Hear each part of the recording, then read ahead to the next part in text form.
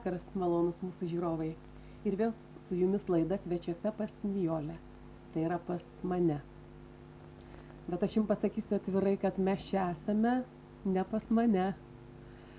Mes esame bute, kuris priklauso mūsų geram bičiuliui, Kauno baleto senjorui, ilgamečiui muzikinio teatro baleto solistui Gediminui Bliūdžiui. Šitas butas, aš jums pasakysiu, čia yra muziejus. Kiekvienas daiktas čia dvelkia senovę ir čia tarytum sąsaja praeities ir šių dienų. Aš galvoju, kad prie šito buto reikėtų grįžti ir atskirą laidą padaryti apie pono Gedimino Bliūdžiaus butą. Na, o šiandieną, šį vakarą mes kalbėsime apie estradą ir apie mano gyvenimą estrados padangėje 35 metus. Aš galvoju, kad man vienai šią temą kalbėtis iš tiesų yra per sunku, todėl aš šį laidą pakviečiau Litart firmos menedžerį, ilgametį mano gyvenimo draugą Antaną Ignatavičių. Labas vakaras, mėly žiūrovai.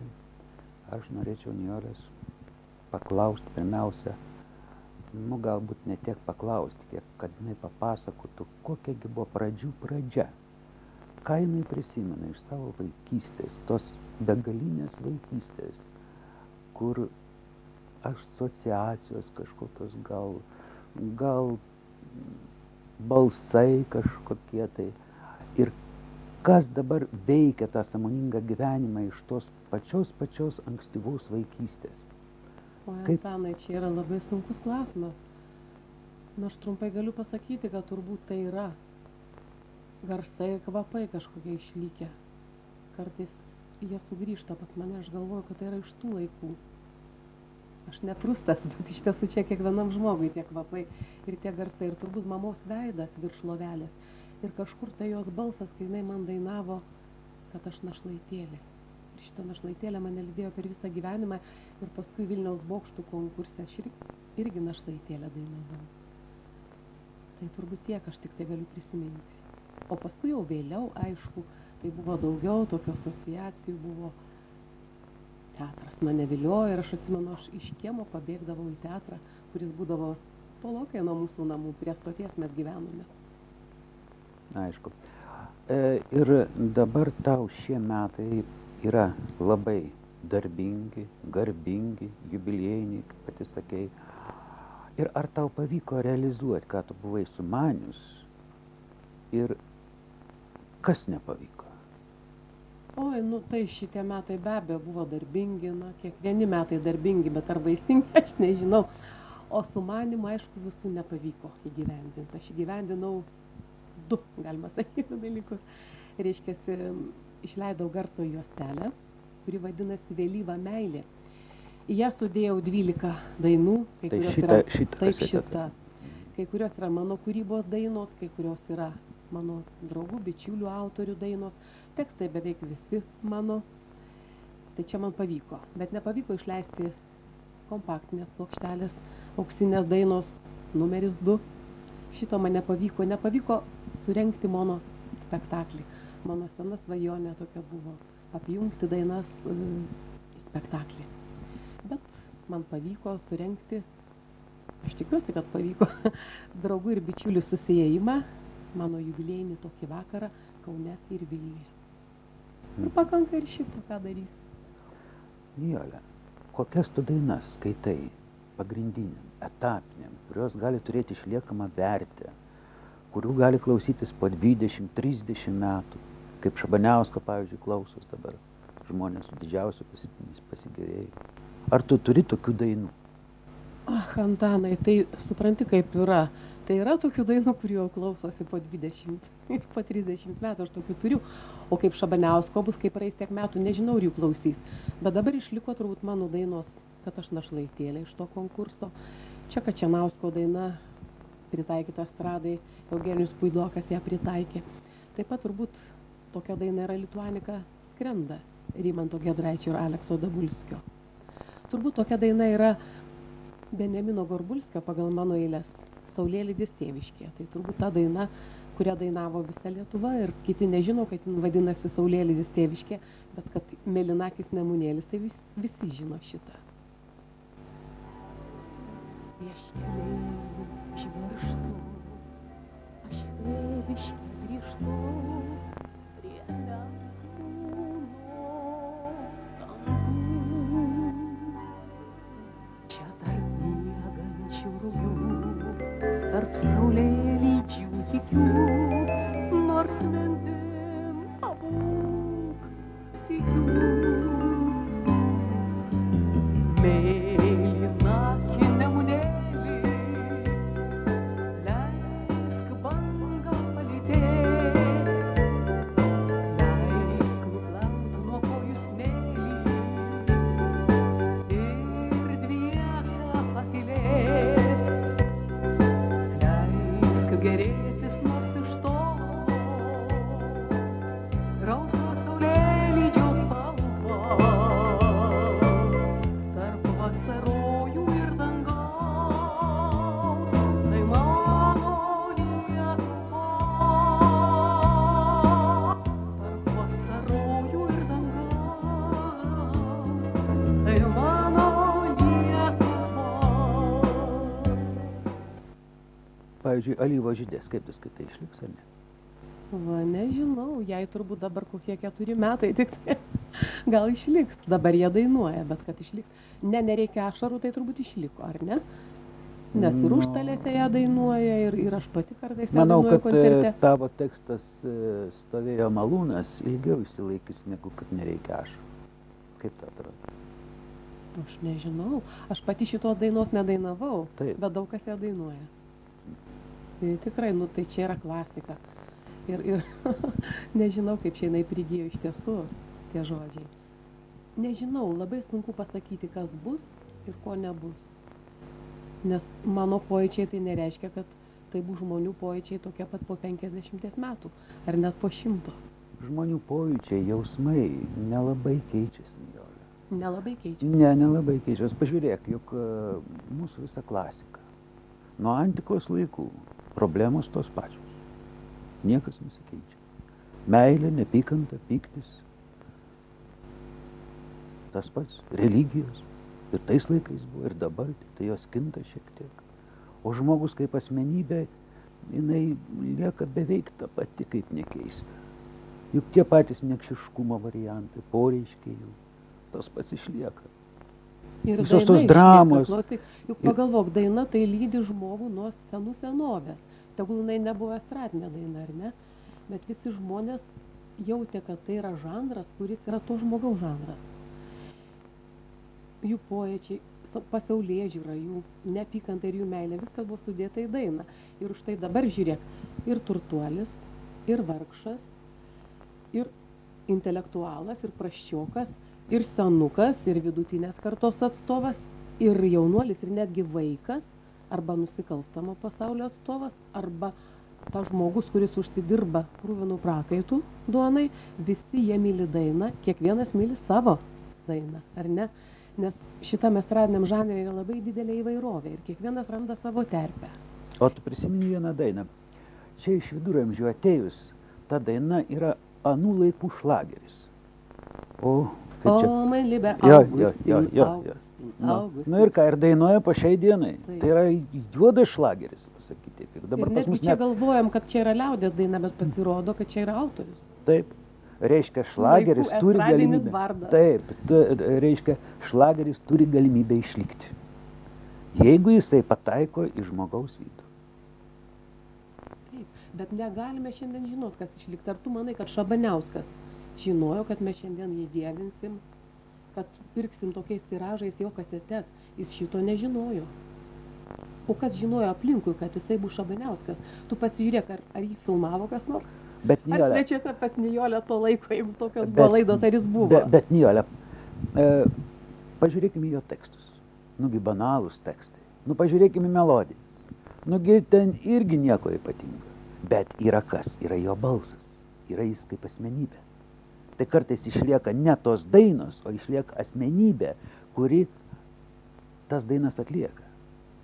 Čia gal jau yra ne tiek pačios tos kūrybos tekstinės, muzikinės, kiek gal pats atlikimas.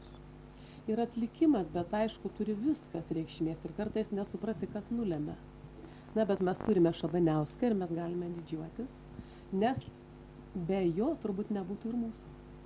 Čia mūsų estrados yra pradžia, prieškario ta estrada ir tiesiog mes turime lenkti galvą, nes nuo jo mes pradėjome eiti tolyn. Ne, tu palėtė įdomią temą. Dabar žiūrėk, jeigu Šabaniauskas, tu skaitai, kad tai buvo lyg tai tavo šaknis, tu pripažįsti šitą. O kai tu pradėjai dainuoti, ar tu tai pripažinai ar ne? Ne, aš buvau maksimalistė, kaip ir visi jauni žmonės. Ir man labai atrodė jie visi archaiški tokie ir operiniais balsais dainuojantis. Dar amžinatelis Romanas Marijošius dainuodavo. Ir man teko kartais dalyvauti tokiuose bendruose renginiuose su orkestru. Ir aš pradėjau žiūrėti, reiškia, Šabaniauskas ten nedainavo, bet Marijošius. Kaip jisai dirba. Ir kaip jų žmonės mėgsta ir kaip visuoja. Aš nepamenu, aš tau pasakojau, jis dainavo tokią apie žveją dainelę. Ir jis visą etiudą atlikdavo, jis užmesdavo, ištraukdavo ir taip toliau. Ir aš tada pagalvojau, Dieve, nereikia priesti nosį, bet reikia mokytis. Tegul mano stilius, pakraipa yra kita, bet profesionalumas tai yra vienas. Ir kiekvienam jis yra būtinas. Tai tu čia dabar duodi patarimą Tau? naujai Ir kartai. naujai kartai be abejo. Jo. Nes tu manai, naujoji kad- karta irgi iš nieko negimė. Ir tu manai, kad jie yra nusiteikę mokytis iš jūsų? Manau, kad jie maksimalistai yra ir jie mūsų negenčia. Aš taip manau. Turbūt, kad yra dalis tiesos tame, bet kaip nekeista, kai aš susiduriu su jaunais atlikėjais, dainininkais, aš vis dėlto, kai pradedu šnekėti su jais, pajuntu, kad vyresniai kartai jie vis dėlto jaučia ir šiokią tokią pagarbą. Nėra taip viskas beviltiška, kaip mums atrodo. Va, ir teko man susidurti ir aš tikrai buvau nustebintas. Na gerai, grįžkim gal mes tuomet arčiau kasdienybės. Prieš metus tu buvai Čikagoje, lapkričio mėnesį, pernai. Naujoj kasetėje yra viena daina, kiek aš suprantu, tai įkvėpė tave tas buvimas Amerikoje. Ir jinai vadinasi Emigrantai. Taip. Ten yra tokie žodžiai, Vilniuje būtumėt grantai, o tenai atseit svetimi. Kaip tau atrodo, aš kai pirmą kartą paklausiau tą dainą, man kažkodėl tai asocijavo su Čapriacku. Jisai išvažiavęs, vairuoja automobilį tenai, o čiagi galėjo su tokiu balsu būti tikrai mūsų estrados grandas. Tau tas, tu aišku, turbūt neturėjo omeny šito rašydama tą dainą. Aš nežinau, kai tu man šito pasakėjai, tai dabar galvoju, kad čia labai geras pavyzdys, bet aš tikrai šito neturėjau. Man idėja šitos dainos gimė, kai aš skridau iš Čikago į Vilnių, viena sėdėjau tenai, turėjau labai daug valandų apmąstymui ir žinok, man gimė ir eilutės, ir melodija. Ir aš galvoju apie tos žmonės, su kuriais aš ten susitikau, kiek ten talentingų, kiek ten gerų darbščių žmonių. Ir man taip pasidarė gaila, kad jie visi ne Lietuvai ten dirba. Ir kad jie nuo savo šaknų atitrūkė. Ir sugalvojau tą dainą, paskui aš jau užmiršau grįžusi. Ir paskui, kai rašiau kasetę, truputėlį pakeičiau, bet reiškia, ta esmė liko, kad Vilniuje būtumėt grandai, o ten jūs vis vien svetimi. Gal ne kiekvienas būtų iš jų grandas, bet rastų savo vietą. Man taip gaila, kad išvažiuoja talentingi jauni žmonės. Nu, Aišku, aš juos galiu pateisinti, jiem čia sunku yra. Nėlė, netalentingų ten nereikia nieko. Savų bedarbių jie turi pakankamai. Tie, kurie nepritampa, jie grįžta atgal. Taip, labai gaila. Nu, čia mes vieni galim skustis, ne vien tik estrados praradimai yra, ir mokslininkų Tai aš praradimai ne yra vieną apie didelė. estradą ir galvojau. Va, čia rašydama yra tą dainą. didelė problema. Na, bet ką darysi. Tai gimė šitokia daina ir aš manau, kad tai bus viena geriausių mano tokių baladinio tipo dainų. Ir Na gerai, o kaip tu skaitai tą dainą Vėlyva meilė? Ką tai reiškia? Vėlyva meilė šitoje, tai yra daina apie vėlyvą meilę. Jo. Turi antrą pavadinimą Ale Traviata. Mm. Tai yra moters laiškas mylimam žmogui, vardan to žmogaus neaukojasi. Na, va, tokia tragiška, sentimentali istorija. Bet aš galvoju, kad jinai turėtų sujaudinti ir mūsų klausytojus. Tada, o kaipgi su šeima? Vėlyva meilė. O šeima, kiek jinai tau padėjo tavo kūrybiniam gyvenime? Kiek jinai tau pakenkė? Ir iš vis, ar artistas turi teisę į šeimą? Kad turbūt artistas neturi teisės į šeimą. Bet galbūt man gyvenime pasisekė, kad mano šeima su manim kartu gastrolėse visur buvo, kad mes kartu. Aš taip galvoju. O šiaip tai tokia yra problema, kurią būtų sunku išspręsti, atskirai būnant visą laiką. Nes jeigu skirtingos, pavyzdžiui, profesijos, tai niekas žmogus nesuprastų, ką aš darau, kur aš važiuoju ir kam aš važiuoju, ar ne? Va, o kas link šeimos, tai kasetė irgi yra labai viena graži daina, kuri vadinasi Paskambink. Tai čia tokia laiminga vėlyva meilė yra. Juk vėlyva meilė gali visokia būti, ar ne? Ir nebūtinai aš turiu čia kiekvienoj dainoj dainuoti apie savo meilę. Tai yra toksai surinktas mano patyrimas iš mano gyvenimo, iš aplinkos, kurią aš stebiu. Įvairių žmonių, įvairūs jausmai, įvairios mano rolės. Jos būna ne tik scenoje, jos gali būti ir garso juostelėje.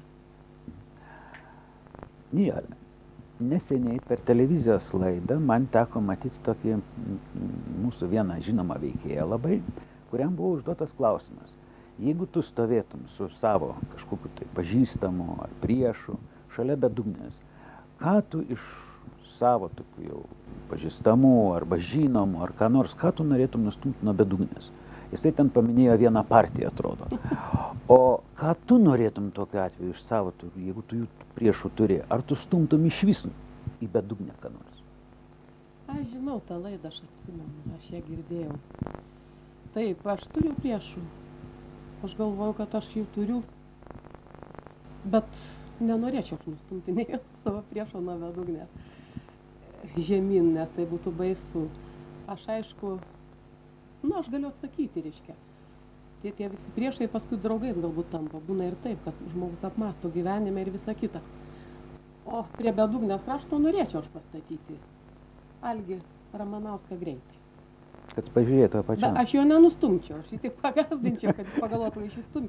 Kad jisai taptų ne greitai, bet kad jisai lėtai imtų galvoti, kad pirmiausia jam gimtų pusrutuliuose mintis, o po to jis lėtai ištartų žodį. O dabar pasišėna atvirkščiai, pasako žodį pirmiausia. Gal pasireakcija greitesnė. Tai aš norėčiau vis lėtai taptų. Nestumčiau aš ir jo.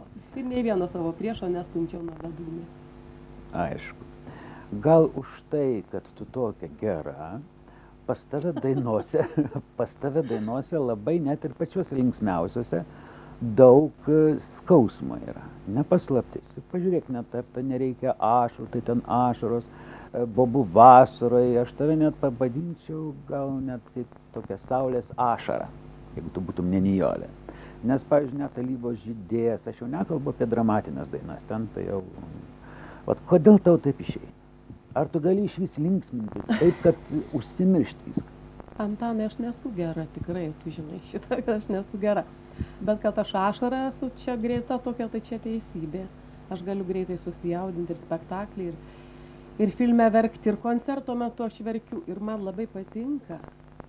Aš tiesiog katarsis kažkoks būna, kai verkia ir salėj publika. Juk turbūt pastebėjai, kad pas mane yra nuo juoko iki ašaros. Ir žmonės tikrai tokie va, ir jie apsivalo turbūt pravirkę. Bet aš moku ir linksmintis. Gyvenimas privertė ir aš labai turiu daug savo repertuare dainų kojom, šokių muzikos. Žmonės linguoja, siubuoja ir šypso. Gerai, o kai linksminės, kas tau patinka labiausiai išgerti? Man labiausiai patinka šampanas ir aš nesisakau šito. Ir žinok, amžinatilsį dar Benjaminas Gorbulskis, kai būdavo jo autoriniai vakarai, tai jisai yra pasakęs nuo scenos, kad jūs neneškit Nijolei gėlių. Nijolė mėgsta šampaną. Palauk, reiškia dabar, kai tu šitaip apsiskalbėjai ir važiuosi į koncertus savo, tai žinai, visko gali būti. Ar nebus taip, kaip Gorbulskis sakė, ar net neš tau šampano vietoj gėlių, ką tu tuomet darysi? Nebus šitaip. O šiaip tai kiekvienas savo nusiperka, aš taip galvoju. Gerbėjus tie gėlės atneša. Man teko matyti, kai buvo į sceną atnešta šampanas.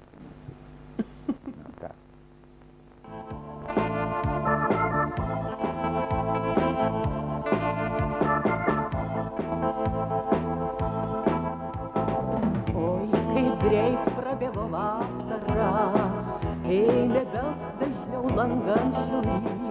3 trumpučiai laimės mėnesiai, o rodos dienos 3.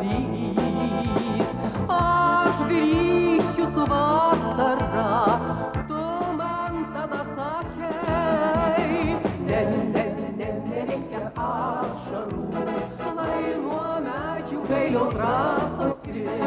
Jei sugrįžo žemėn vasara, tai ir mylimas sugrįž.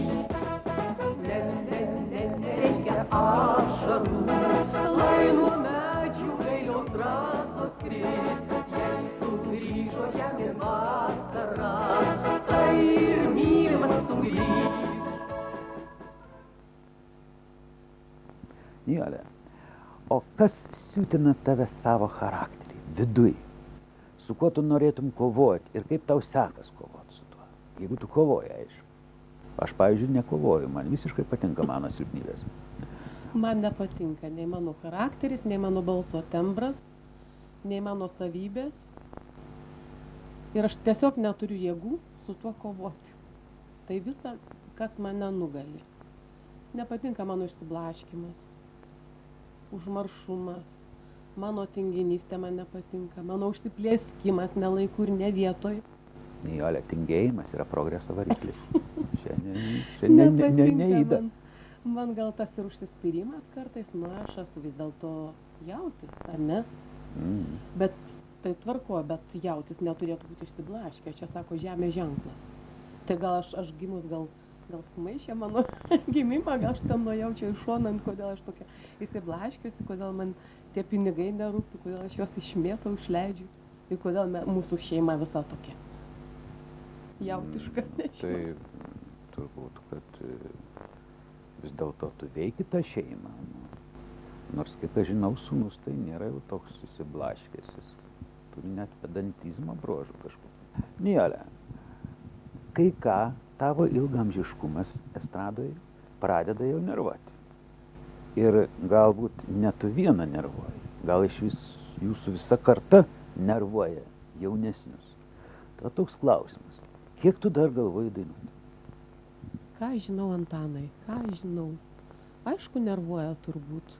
Jeigu viena dainininkė net taip sugebėjo suveikti, kad mano klipus išėmė iš vienos televizijos. Bet tai, scenoje tai aš vis tiek ne iš jos malonės ar nebūnu. Ir turbūt taip, aš dainuosiu tol, kol žiūrovą aš turėsiu.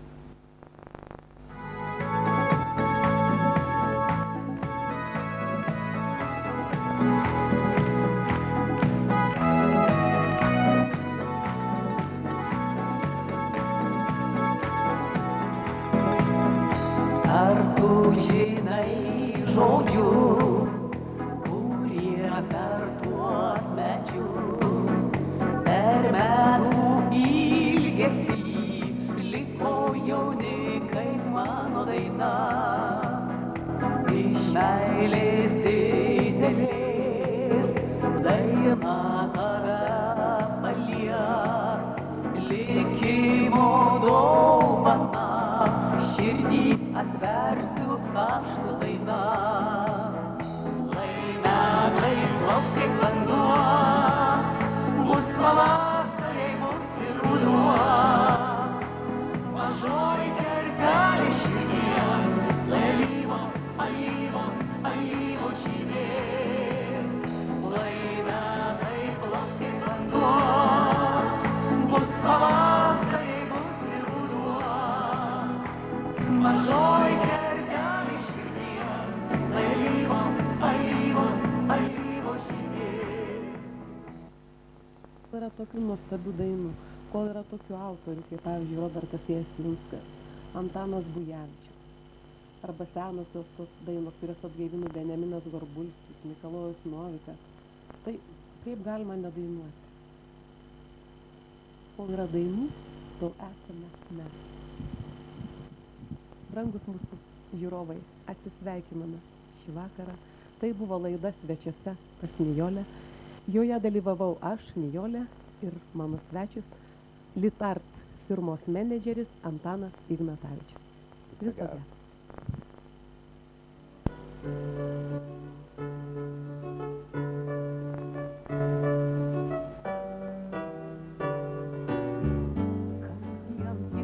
Žengt ir neprarast vilties, kad stebuklas vėl ir vėl pasikartotų.